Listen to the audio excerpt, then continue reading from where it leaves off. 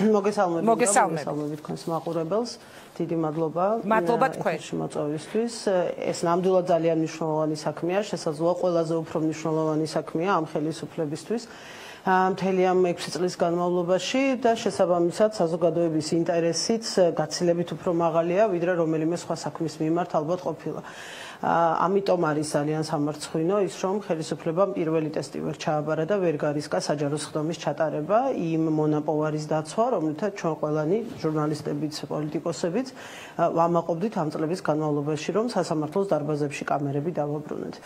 რაც შეეხება თვითონ დახურვის мотиваციას, რომელზეც ადვოკატიც საუბრობდა ჩემამდე და რომელზეც უკვე ძალიან დიდი ხანია საუბარი მიდის პირველივე დახურვის მომენტიდან, მე მაშინაც თქვენთან ეთერში ვიყავი და ზუსტად იგივე ვთქვი და ეხაც იგივეს გავიმეორებ, რომ არ მახსენდება და ერთგვარად არ მგონია რომ არასამდო წყარო ვიყო ამ შემთხვევაში, საკმაოდ ახლოს ვარ ამ ქვეყნის საჯარო ცხოვრებასთან და პოლიტიკასთან ბოლო 20 წელია, არ მახსენდება არც ერთი შემთხვევა, რომ ესე ღიად და საჯაროდ პირდაპირ ეთერში ადამიანს დამუქრებოდნენ, სახელობითად პირადად დამუქრებოდეს სახელმწიფოს წარმომადგენელი და ამ შემთხვევაში პროკურორ ციკლაურის გულისხმობა ბუნებრივია, პირველ შემთხვევაშიც ესე მოხდა, პირველი დახურვის დროს, რომ მასზე არსებობს რაღაცა გაუგებარი არაიდენტიფიცირებული კადრები, რომელიც შესაძლოა საჯარო გახდეს.